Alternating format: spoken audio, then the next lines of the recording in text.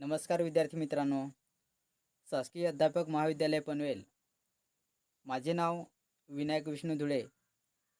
विषय मराठी. आज आपण इयत्ता 9वीची निरोप ही कविता अभ्यासणार आहोत.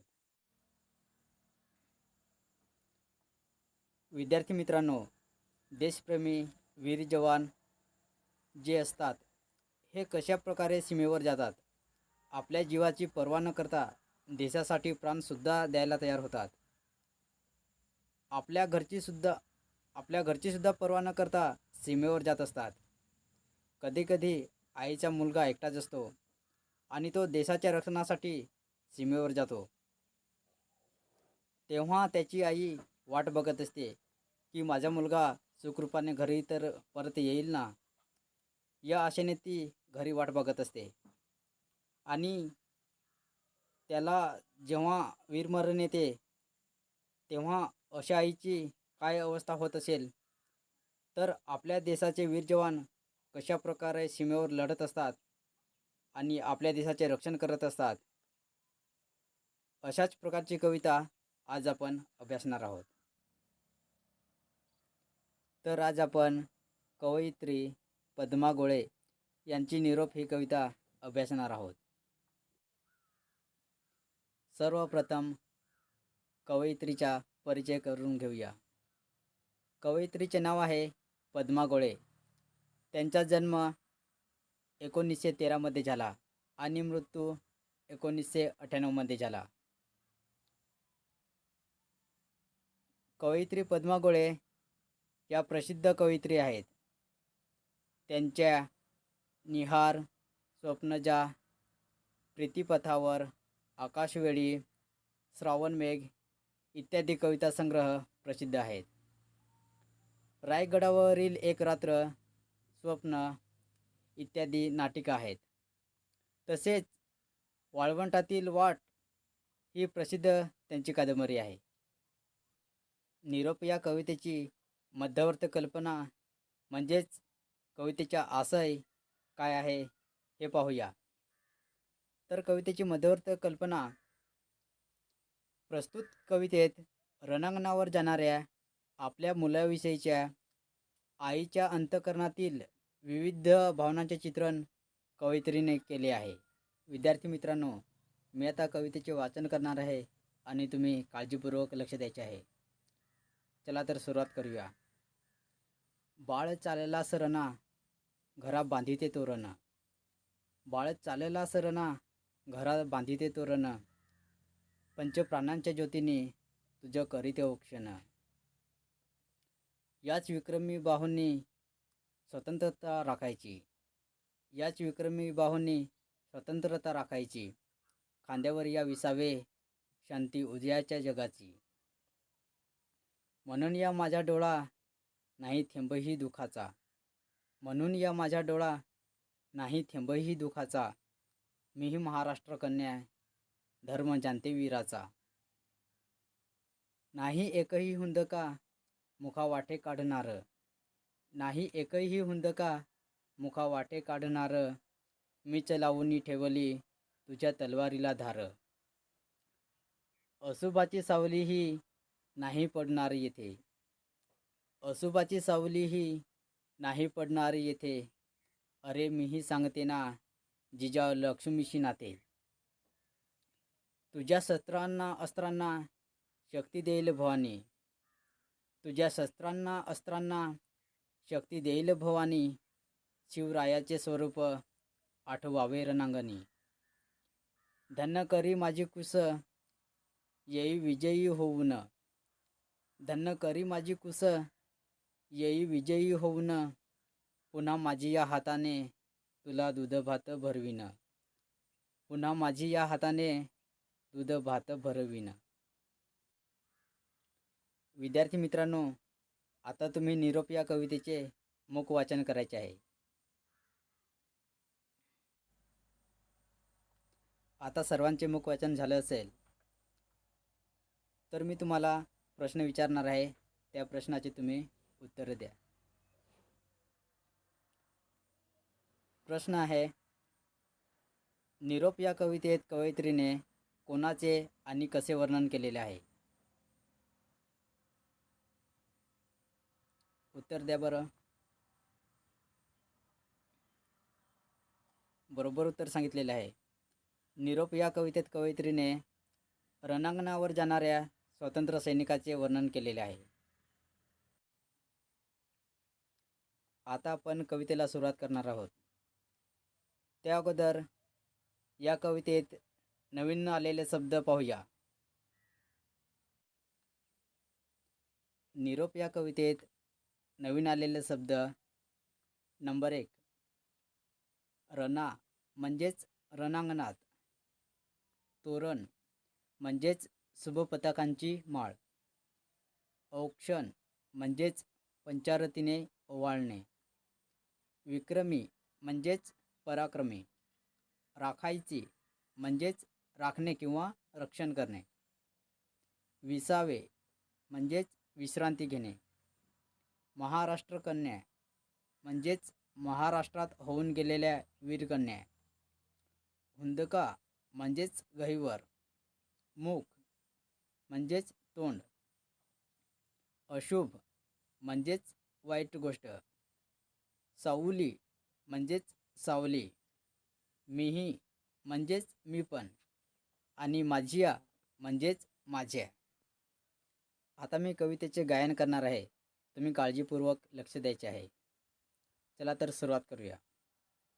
बाळ चालला सरना, घरा बांधिते तोरण, पंचप्राण्यांच्या ज्योतींनी तुझ करीते औक्षण, याच विक्रमी बाहूंनी स्वतंत्रता राखायची, खांद्यावरी या विसावे शांती उद्याच्या जगाची, म्हणून या माझ्या डोळा नाही थेंबही दुखाचा, मीही महाराष्ट्र कन्या धर्म जाणते वीराचा, नाही एकही हुंदका मुखा वाटे काढणार, मीच लावून ठेविली तुझ्या तलवारीला धार, अशुभाची सावलीही नाही पडणार येथे, अरे मीही सांगते ना जिजा लक्ष्मींशी नाते, तुझ्या शस्त्रांना अस्त्रांना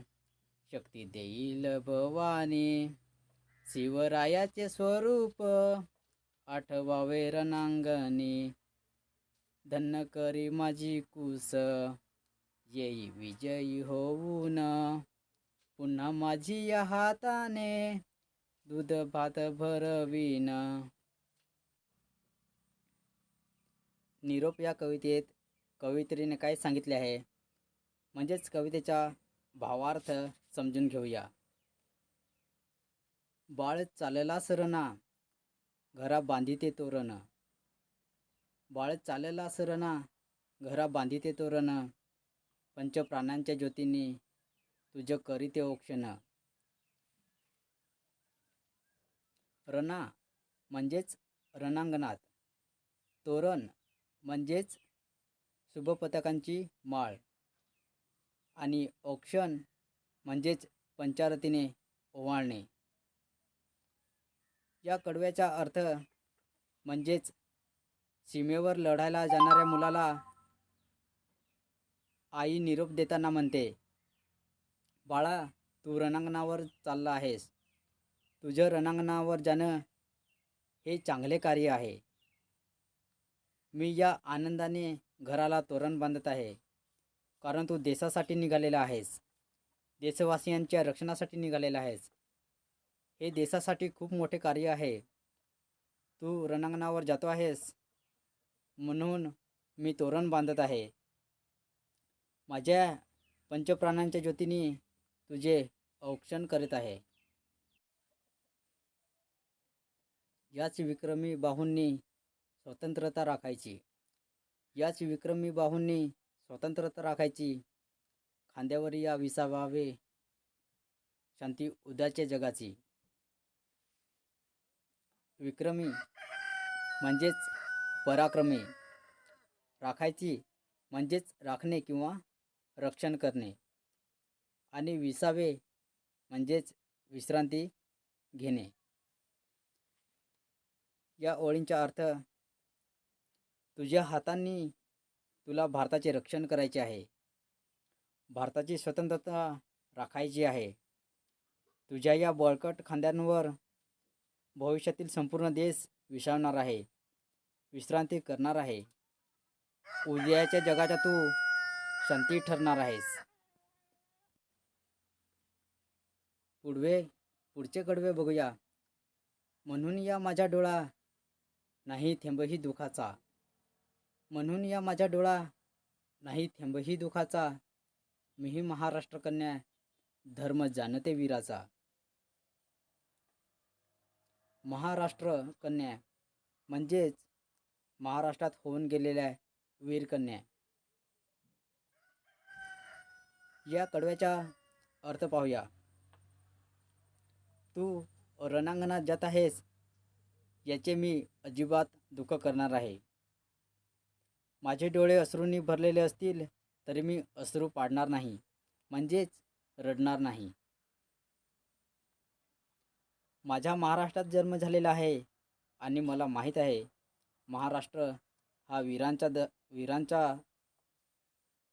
धर्म आहे, हे मला माहीत आहे. त्यामुळे तू रणांगणात चाला आहेस तर मी रडत बसणार नाही. वीरमातेचा वारसा माझ्याकडे आहे. नाही एकही हुंदका मुखावाटे काढणार.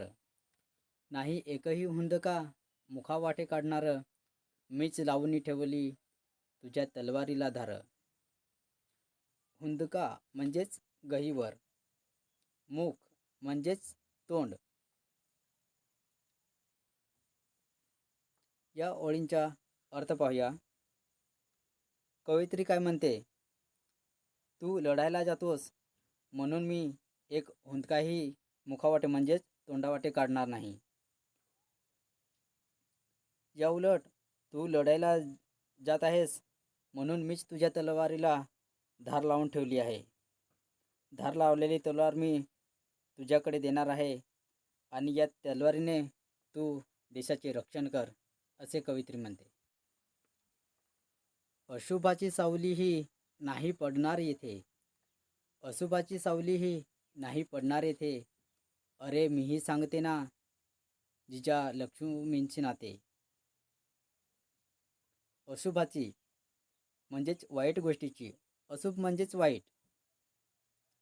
सावली म्हणजेच सावली. सावली पडणेच म्हणजेच अशुभ घडणे किंवा विपरीत घडणे. आणि मीही म्हणजेच मी पण. या ओळींचा अर्थ पाहूया. या ओळीमध्ये काय सांगितलेलं आहे, वाईट गोष्टींची सावली ही तुझ्यावर पडू देणार नाही. मी जिजामाता आणि राणी लक्ष्मीबाई यांच्याशी माझे नाते आहे. या मातासुद्धा महाराष्ट्रातील आहे आणि मी सुद्धा महाराष्ट्रातील आहे. लढणे हा वीरांचा धर्म आहे, हे मला माहिती आहे. पुढची ओळ बघू. तुझ्या शस्त्रांना अस्त्रांना शक्ती देईल भवानी. तुझ्या शस्त्रांना अस्त्रांना शक्ती देईल भवानी. शिवरायाचे स्वरूप आठवावे रणांगणी.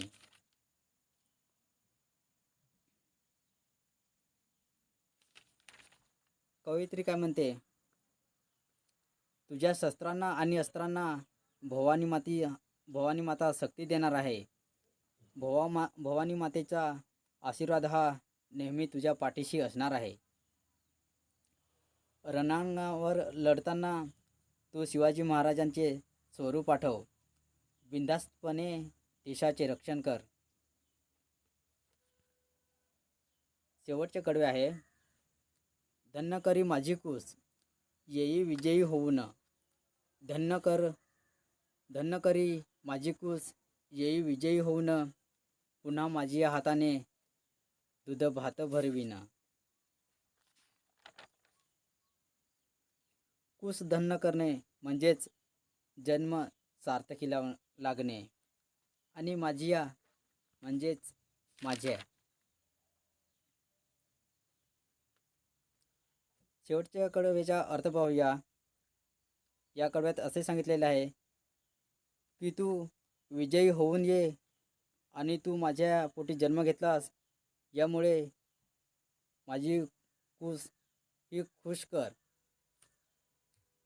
तू रणांगणावर लढ आणि विजयी होऊन ये. तू विजयी होऊन ये. मी पुन्हा माझ्या हाताने तुला दूधभात भरवीन, असे या कडव्यामध्ये सांगितलेले आहे. विद्यार्थी मित्रांनो, तर निरोप ही कविता तुम्हाला पूर्णपणे समजली असेल असे मी समजतो. निरोप ही कविता तुम्हाला समजली हे लक्षात घेऊन मी तुम्हाला काही प्रश्न विचारणार आहे. त्या प्रश्नांची तुम्ही उत्तरे द्यायची. प्रश्न पहिला आहे, महाराष्ट्र हा कोणाचा धर्म आहे? बरोबर उत्तर आहे, महाराष्ट्र हा महाराष्ट्र कन्या आणि वीरांचा धर्म आहे. प्रश्न दुसरा, तुझ्या शस्त्रांना अस्त्रांना शक्ती देईल भवानी, शिवरायाचे स्वरूप आठवावे रणांगणी, या काव्यपंक्तीतून होणारा अर्थ स्पष्ट करा.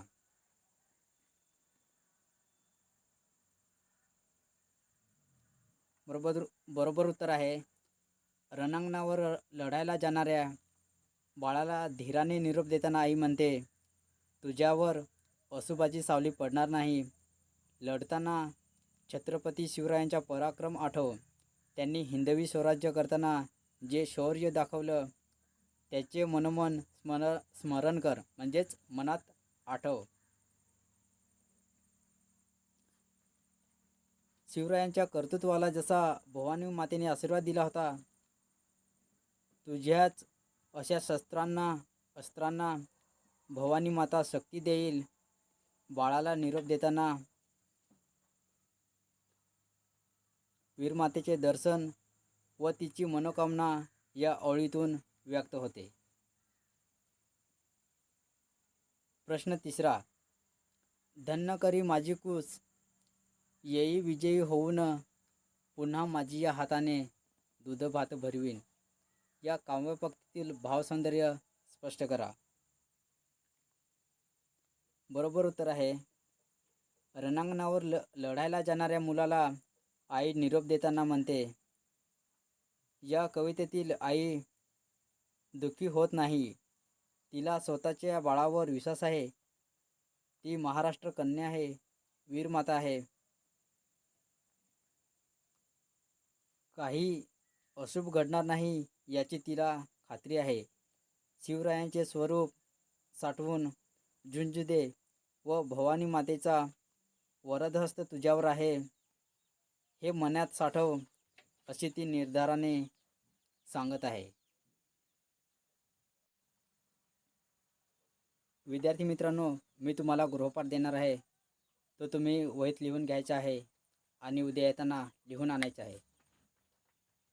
तर गृहपाठासाठी प्रश्न घ्या.